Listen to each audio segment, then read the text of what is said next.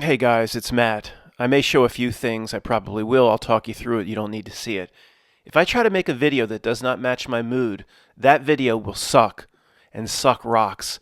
I'm in a rare mood. I'm as angry as I've been in a long time. A little bit probably has to do with Bootsy, going through a little anger stage or whatever. And I was set off this morning. Now I know this is what reality wants. I know, and I'm going to try to turn this into a comedy the best that I can. And sometimes I'm really pissed off. I start recording and I see the big picture of how ridiculous this is, and it does get me in a better mood. But there will be some curses here, guys. I'm not sure this is for younger viewers. I'm going to show you some things, and some F's are going to fly. And I know some people will find that funny, but it's just the mood I'm in. And if my video doesn't match my mood, my video is going to suck and suck rocks. I've gotten a couple emails from people saying, like I'm a long haul truck driver and I appreciate the no ads because the ads, it's out of control. I mean, I'm always kind of close to my laptop and I'm used to, you can just reach over and skip the ad. Whenever I'm having a bowl of chili or whatever here. But Puss Puss was sitting in my damn chair in front of the laptop. So the one time, you know what's going to happen? This must happen all the time, but I click through it. I sit in the other chair, 6 feet away. Got the damn chili, my napkin. So I'm all set up, and the video starts. And very shortly into the video, here comes a 2.5 minute or longer fucking ad from YouTube. It's like, do I sit through this, or do I have to put the damn chili down, put the drink down, get up? And then they're running two back to back. Those sons of bitches. So I'll never have an ad, whatever. If they start throwing ads where, on top of this, it's amazing they haven't. We'll just go permanently over to free voice. So what set me off? A pill set me off. A pill half the size of a Tic Tac for the cat Puss Puss. Take Puss Puss in yesterday. Mouth stinks. Oh, it's an abscessed tooth. All this bacteria, that's what you smell. Antibiotic shot. Take these anti-inflammatory pills. Okay. Now, no cat I've ever had takes a pill, and I'm including the 7, the 2 I've watched for Pam, Cooper, and Gouda. I've had them here over a year and a half. I've had 7 cats. None of them have ever taken a pill. But I don't know. The manufacturers keep prescribing pills. The vet didn't say anything. Maybe I've just had bad luck. They must take pills, or it's 2022. They keep giving you pills for cats. So I've never had to give Puss Puss a pill. I hide it in the meat. I put a little thing of Friskies, which I know she likes. She generally gulps her food. Now, what do you think happened? She eats all the little meat, leaves the pill. The pill, it's $20 or at least for 3 pills. You can't afford to have them not eat one. And it's an anti-inflammatory to help her feel a little bit better. Of course, we're closed between Christmas and New Year's. We can't get her in to see the tooth. Well, when's your first date open? The 16th. So they'll push me back weeks and the cat's got to suffer. But I'm not going to go to a new vet. Is it the antibiotic shot? We'll take it. Well, okay, she'll be fine. But I'm thinking, okay, the manufacturers can't possibly give me a powder. It's 2022. That she can't eat around and I'll waste. It's $7 a pill or whatever the F it is. They can't give me a liquid. It's always, why didn't the vet say, Matt, for some reason, why didn't the vet intervene and say, Matt, for some reason, the manufacturers keep prescribing pills. Cats don't eat pills. Most will eat around it. Make sure you crush it up. So the 2 I have left, I'd be like a fucking apothecary. I have to crush it up, grind it up in my love, like a grinder in that damn spool wheel or whatever. I got to do that for $20 for 3 pills. So it's like, it's just, and then all it starts flooding in. Everything's broken in the whole society. Nothing ever gets better. Nothing's fixed. And then it's like depressed, pissed off, anger. The woe is me flows in. The woe is me, woe is me. And it's okay. This is exactly what reality wants from me today.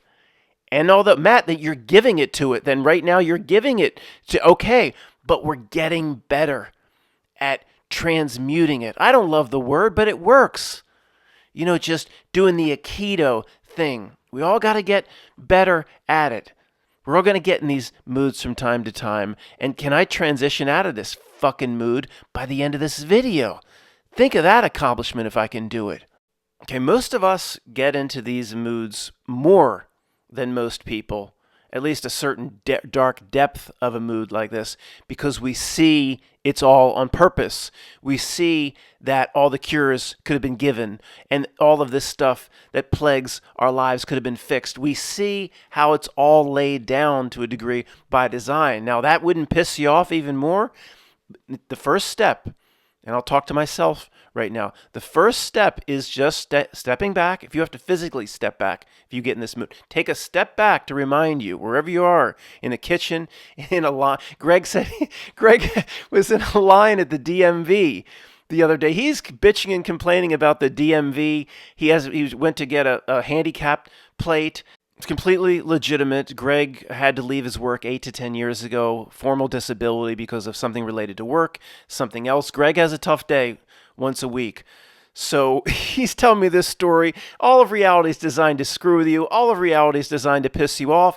All of it could have been fixed. He says he gets down there, he thinks it opens at 8, but it's 8:30, something like that. So he sees all the other cars pulling up, and people are getting out of their car to form a line before the damn place opens. So Greg's like, if I don't get in this damn line in the cold too, it's going to take me an hour and a half before I get in. I'm going to have to get out of my car too. And he's got a shoulder injury on top of how bad he feels. So he gets out in the cold, and he gets in this line. There are like 20 people in front of him, the DMV of all things, to get a plate. And he said there was a local place he went to that had a ton of plates. Oh, no, we don't have that plate. You've got to go to the Master Center over here. Of course, it couldn't possibly be at the place he was at the week before that had all the regular plates. They had to send him to another place 25 miles down the road. It's like that scene in Jupiter Ascending where the damn bureaucracy got to go to floor 7, then floor 10, then floor 2, and up and down, up and down. All this horse shit could have been fixed across society in 1975. Okay, Greg gets in line, and he's like, I can't do his accent right now, but he's like, look at this horse shit. Who's this? Is this guy? This guy gets in line behind him, who he knew, who's a total hand job, he said. He's the son of a guy that his father worked with. His father couldn't stand this guy. He's met both of them, and he's like, this guy's gonna talk my goddamn ear off. And he starts talking. And Greg's trying to be polite and not really, just kind of give him the hint, like, I don't want to talk right now. And he keeps asking questions.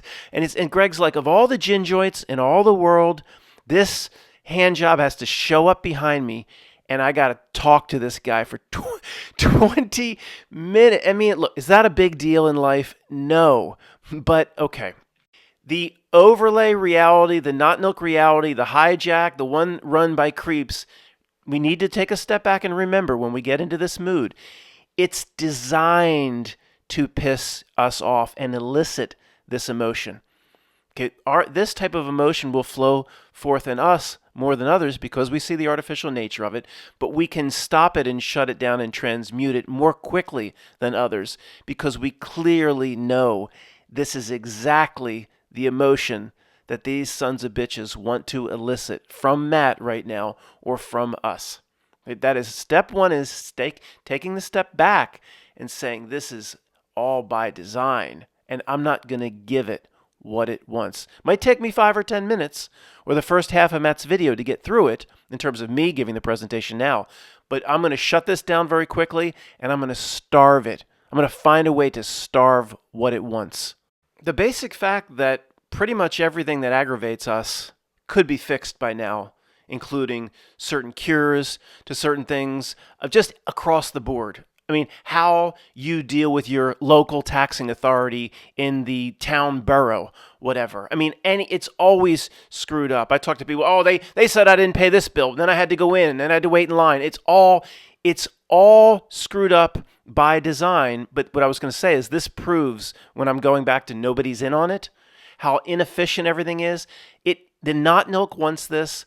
The screen reality facilitates this and fosters this to elicit motion. If anybody's new, that's loosh, that's energy. Something here actually feeds on your negative emotion or feeds when you get angry at it. I mean, we know that by now. The idea is to starve it and not do what I'm doing now. But because nothing ever moves forward, everything's broken, everything's screwed up, that just proves the frequency, the download. They're not planning in the smoking rooms, here's how we're going to make this DMV more inefficient. And you execute it, Bill. I don't want to execute it. I executed the DMV breakdown across all of Arkansas and made those sons of bitches wait in line for 2 extra hours. I don't want to have to do Texas. No, Bill, you're going to do Texas. No, nobody's in on it. It comes from the screen itself. We could get out of here someday and we could find there's 10,000 real people. Or if everybody's in love with 144,000. I'm so tired of hearing about the 144,000. 145, don't you know, man, it's 144,000. 145,000. I'm tired of hearing about 100. Make it 144,002. But change the number a bit. Whatever it is, we're going to get out of here and go, all of that was for like 20 people? And something will say back to you, yeah, sure. We can do whatever we want. We have universes going over here where they're pure solipsism. Look at these universes over here. See these sons of bitches? You know, you put on the Cerebro from the X-Men or whatever, you can see there's one little red dot. Is it magenta? No, it's red. That's the one real soul in the entire world, in the entire universe. He's operating by himself, and over here, she's in her own universe. We have solipsism universes over here, so you complain in all of that grandiose performance. They did the Lady-O in front of you your whole life, and all these players that were background players, and even most of your relatives weren't even real. That at least there was a small group of you here that were all the same real souls and spirits. Look over here. Over here, we got universes with one poor motherfucker in it. That's pure solipsism. You can do all that? Yeah, sure we can do all that. We can do whatever we want, so you sons of bitches finally learn your lesson. All right about now, there's at least 15 to 20 mofos literally throwing rubber duckies around their bathroom and yelling at me, and I get the message, and I need to deliver the message right now. Matt, you talk about reality creation, reality generator beings, the society out our window is a reflection of the state they can put real spirits in who are actually responsible for assisting in the generation of reality. Right now, Matt, you're convincing everybody listening to you that the world is like against you. First off, the people listening to the words coming out of my mouth knows there's a dark element here that doesn't really love us very much. It's not a really loving thing. It's kind of working against real souls and spirits. That ain't nothing new that I'm putting out. The people listening to the words coming out of my mouth, they know that. But I agree with you to a degree, rubber ducky throwers. If Matt just keeps saying it's against you, we have to be very, very careful that we don't expect it. Now, we are fallible in the human body avatar. There's certain days we're not going to be in a good mood. We're not always going to be. Look, Cynthia Sue Larson, who's a Mandela Effect investigator. She's a very nice person. She absolutely is working for us. I can't be as up as she is. She's like, how every day she goes out in the world. I haven't listened to her for years. Sorry, Cynthia Sue, if I misinterpreted. But every day goes out in the world, create your own reality. How much better can it get today than yesterday? How much better can it get? A wonderful philosophy. I'm not there. Okay, I'm not. Many of you are not there. Tony, who gives me the real important advice, absolutely is not there. We all harbor a lot of anger and baggage that needs to be dropped. One of the reasons for this reality is to drop the baggage. I'd like to be Cynthia Sue Larson and say, how much better can it get today? And she expects it to be better, although I haven't listened to her for a few years. It's a great message, but it takes a long time to get there. And then to actually start believing or knowing that your mood will actually affect reality, which is almost proven at this point. But I hope to get there. But I have to start with where I am. The emotions will flood in, the anger, and we have step one is not to go out and think you can create a field of doves flying in and out of daisies. Step one is to step back and say, okay, I'm going down the wrong path here, and I know it's trying to get me to do this. And I'm going to do whatever I need to do. Maybe it'll take a half hour, an hour, but I'm going to turn this spigot off. That is step one. You don't think it's trying to piss us off? Look at this horse shit. The title of this email to me from Xfinity, my Comcast cable provider, landline, internet, and cable TV. It said something like, here, enjoy this on us, or a little something on us. Oh, that's nice. That's great. After all the money I pay them, they're going to give me a little something back. It says our thanks, your rewards. Oh wow, look, what is this? Cozy up with Christmas, a Christmas classic on us. Celebrate the holidays with a movie from Xfinity Rewards. White Christmas. That's not the joke, but it will become the joke. Is our gift to you so you can enjoy it year after year. Not an Xfinity Rewards member? It's free and easy to join. So let me get this straight. Comcast Xfinity, after being with you for, I don't know, 7 or 8 years and paying my cable bill on time, which is like more than the debt of the entire Latin America, I'm not signed up automatically to get your rewards? You sons of bitches, I gotta join. It's free and it's not free. You should see my cable bill. It's free and easy to join. Why aren't I automatically signed up? And what you giving away? What toppings you got, old man? If there's going to be some sort of reward dangled to an already paying customer that's pushing a decade, where the paying customer has to go and sign up, go out of his take time out of his day, his busy day, to go sign up for your goddamn rewards program, well, the reward better be worth it. The reward better be damn good. At least I better be in some kind of drawing to win like a Lamborghini or something. Or minimum, some sort of Jackie shows up from an escort service. Remember? Joel, open the door. That way you see I can call a cab. Somebody better show up and give me some sort of a massage or rub down or you know what. What's your reward? What toppings you got, old man? But this is what, for me signing up, and it's probably 18 hours to sign up and all these damn questions, all this bullshit about me and my family and the cats. I get freaking white Christmas. You're giving me that didn't cost you nothing. I'm not getting the new X-Men movie that's not released in theaters yet. You're giving me white fucking Christmas, which will be illegal. So maybe we should take advantage of it. The title itself will be illegal in a matter of years, or they'll airbrush in via CGI new characters to replace the Bing Crosby types, if you know what I mean. Look at that image for White Christmas. If you're driving, watch the wheel. It's Bing Crosby, a woman, another guy, and a woman, and the snow, and it is the whitest damn scene this side of Spike Lee's Do the Right Thing. In fact, I take it back. This is a decent reward. The whole movie will be illegal and wiped off the face of the earth, probably within months, and it'll be replaced. Next year's reward will be George Lopez's White Christmas. Nah, it's not trying to piss us off. My credit card company, who ever since I moved back to Pennsylvania in 2002, been with the same credit card company. About 10 years ago, they started this. Cash back at certain, so if you go to Walmart, you get 5% back, or there are certain retailers that they push, or sometimes it just says gas stations, but you have to activate it every month. But it's doing you a favor. It says, look, activate with one click. I'm a damn card holder, you sons of bitches.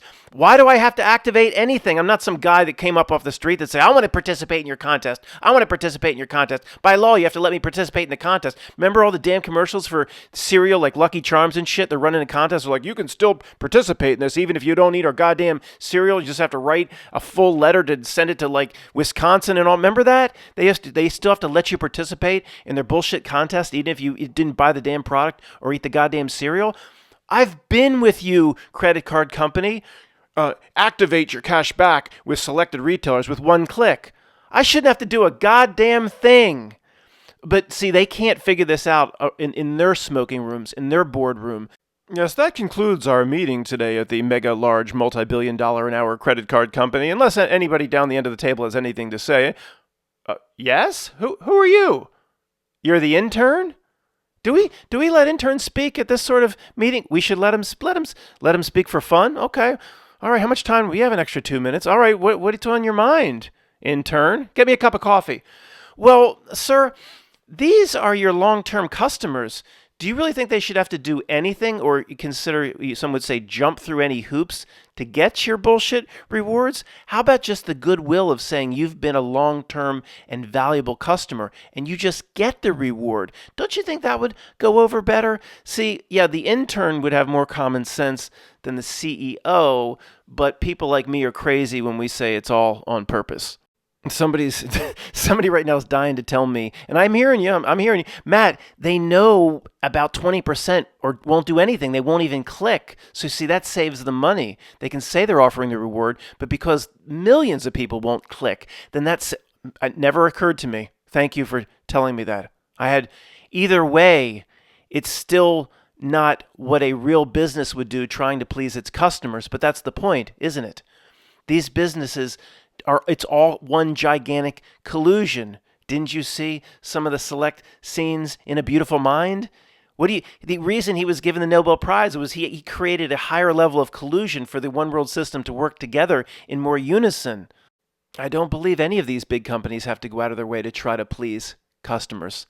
They look like they're doing it, but they're not. They don't care because any business that shits over, yeah, that's more appropriate. That shifts over to Citigroup or shits over to Citigroup, then flow back to Wells Fargo, then it'll flow back to Chase, and it's at the end of the day, it's probably the same damn old money managing all three of them anyway. So no, they'll make it look like they're trying to please the customer because they're in competition. Yeah, sure, what they're really trying to do is make your life miserable. The sons of bitches. Look, if anybody's brand new or even stumbled upon this, going, this Matt's somewhat interesting, but it's entertainment. There's no way reality can work like this. This guy's a lunatic if he believes. He can't believe in this. The whole world plotting and planning to get in the business, get up in the face and distract the few real souls that are here. This Matt, whoever he is, some sort of lunatic. It's like Lethal Weapon 1. He's out there like Pluto, man. Yeah, Joshua. Yeah, talk to Mr. Joshua. Yeah. Listen to me if you're brand new or stumbled upon this. It would be impossible if it, as I've said many times over the years, if it was plotted and planned by those in back rooms who are planning and plotting dastardly deeds. And this is how we're going to get them over here. And all the CEOs are in on it, and everybody over here is in on it. And all the people at the Trilateral Commission and the Council on Foreign Relations, well, they might be in on it at that level, but the millions that are following what they want, the millions that are following the Pied Piper direction of the screen, they're not in on it the way you would think. They're on a frequency or on a download or on a resonance or on a radio station where somehow they're convinced, one, this is the best a modern society can do, two, everybody around them, including themselves, is trying to do their best, and it's just kind of like the best that can be done. And it's such a slow slog down towards the abyss where things actually get worse over time that nobody notices. And even if they were to notice, they're on the frequency download and radio station anyway. They'll always have the same old excuses. Matt, when a society gets to be a certain size, this is just the best it can do. It's not nimble anymore. It's not 1776 anymore, you know. They'll always have an excuse that comes from the ether and the download as well. So yes, it would be crazy for anybody to say it's all plotted and planned. It is the Truman Show, but as I said, all the other actors aren't there. They are in on it in the Truman Show. They're in the Truman Show, these actors around us, but they have no idea they're in the show. Does that make any sense?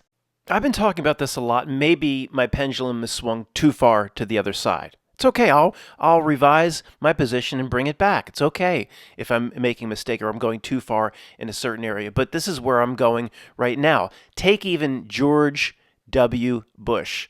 His father, George H.W. Bush, ex-director of the CIA, not NILK system player. First off, don't assume they're the same thing. What are you talking about? They're not. One could be a different type of entity than the other. George W. Bush, who knows? It's what we talked about recently, an NPC type or an animated caricature of some kind, where his father, look at the procession that they gave his father when President George H.W. Bush died. It was so grand and grandiose. It was more than most of us remember for Reagan or any of the others. To me, that was the acknowledgement that he was a true system player. And from our perspective, we don't care what his title was in the government. I'm talking about an entity here that's a not NILK entity, something that's different than you. It doesn't mean George W. Bush, the dope, was the same as what you would call his father. Could be more like a golem creature, a completely different entity. We don't know. But let's just take George W. Bush, the dumber one. Okay? So he's trapped. Am I going to be allowed to say this? Is this going to be some sort of, what was it, a primate beach? We used the hobo code, primate beach. George W. Bush as president has been trashed hundreds of millions of times on MSNBC alone, but Matt's going to get a primate beach. I hope, you would think not. I mean, if the speech gets this restrictive, I mean, I'm going to have to, again, do the Frankie Smith, the double Dutch bus to communicate a YouTube video. If I'm going to have to do that, then we'll go to free voice full time. Okay? Sorry. Did you get that? I was talking about George W. Bush in Frankie Smith's double Dutch bus, Pig Latin. George W. Bush. If my pendulum swung too far, fine, it swung too far. But you could, let's say he would grant quantum of conscious an interview. I could get some of you to help me out with the interview. And we had a lie detector on him, all the finger hook. He couldn't lie. Just sci-fi fantasy. He could not lie. We'd know. And you'd say, come on, man, tell me about who you really got your orders from. Tell me about your handler, Dick Cheney. Tell me about the screen. And tell me about the old money that really pulls the strings. And he could look at you and go, you're out there like Pluto, man. I don't know what... He could look at us with a straight face, potentially, and say, I don't know what you're talking about. So, Matt, you're saying you and you wackos in this community see this grand scheme, a screen, and not know people. But then the system player, of course, he would have to know everything. George W. Bush would have to be in the know in all the back meetings. So he might not even know. He might even believe he was just a president.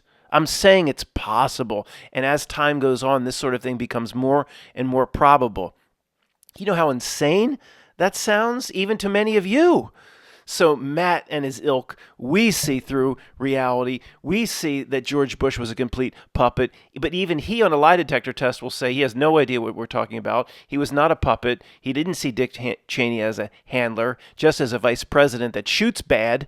So yes, that's how this reality works. They're all doing their little role in the Truman Show, believing in every bit of it, even the president. Where, of course, the first grade truther, and I have to just do it this way, even if I'm wrong, the first grade truther would say, oh, he knew everything. He's in on it. In terms of what happened on the big day in the job application, he knew every bit of it, because that's the only thing that works to the first grade truther, that everybody is plotting and planning it at that level, certainly.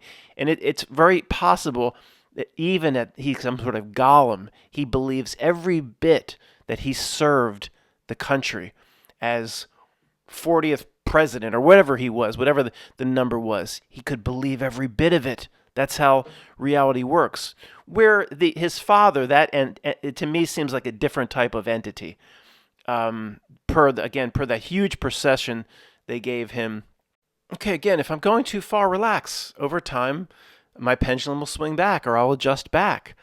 I'm getting to the point where I've been saying this for years, that so few people are in on it, with the Truman actors believing in what they're doing, that I'm saying, not for all presidents that truly are in the know or were raised in the secret society, but somebody like George W. Bush.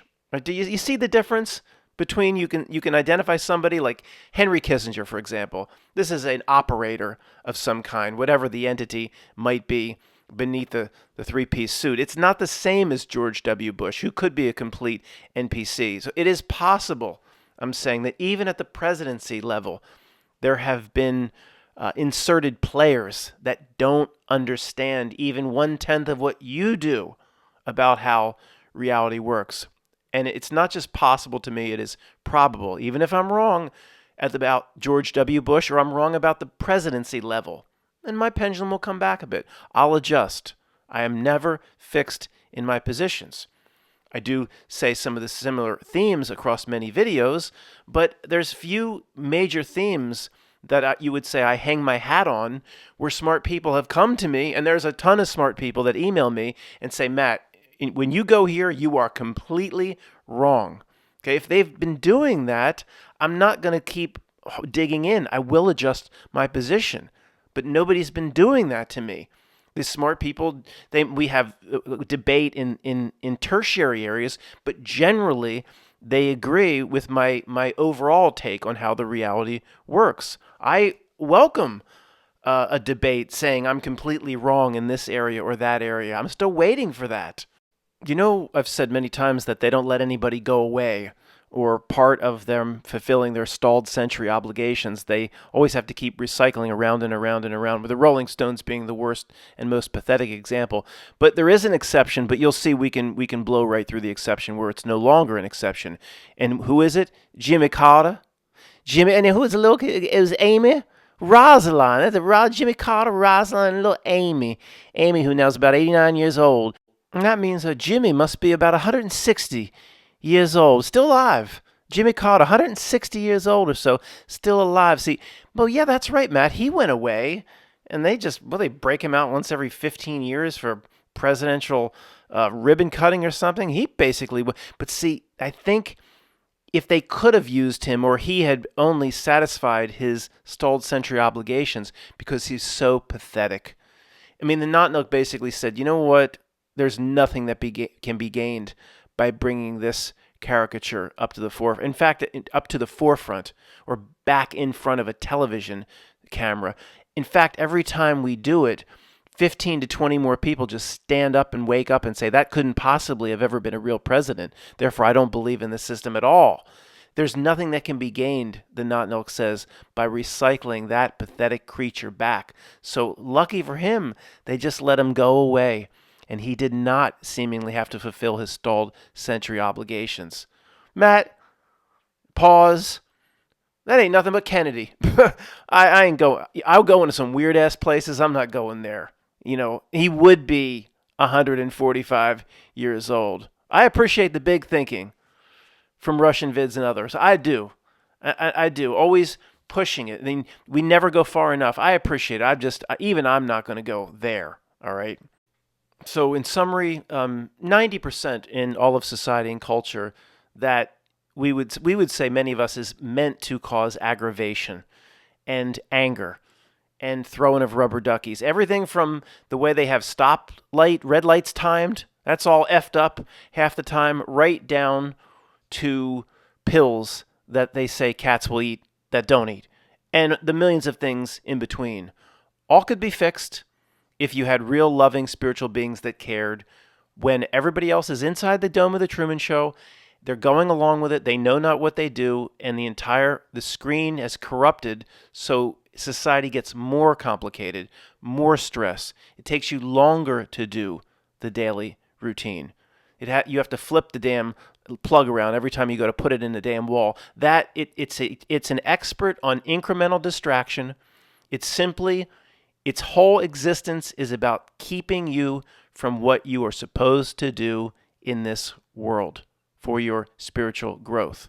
It's basically one sentence, and this is just another hybrid conversation which is stemmed from that same sentence. It's out to do the same thing every time to the few real spirits that are here. Thanks for listening.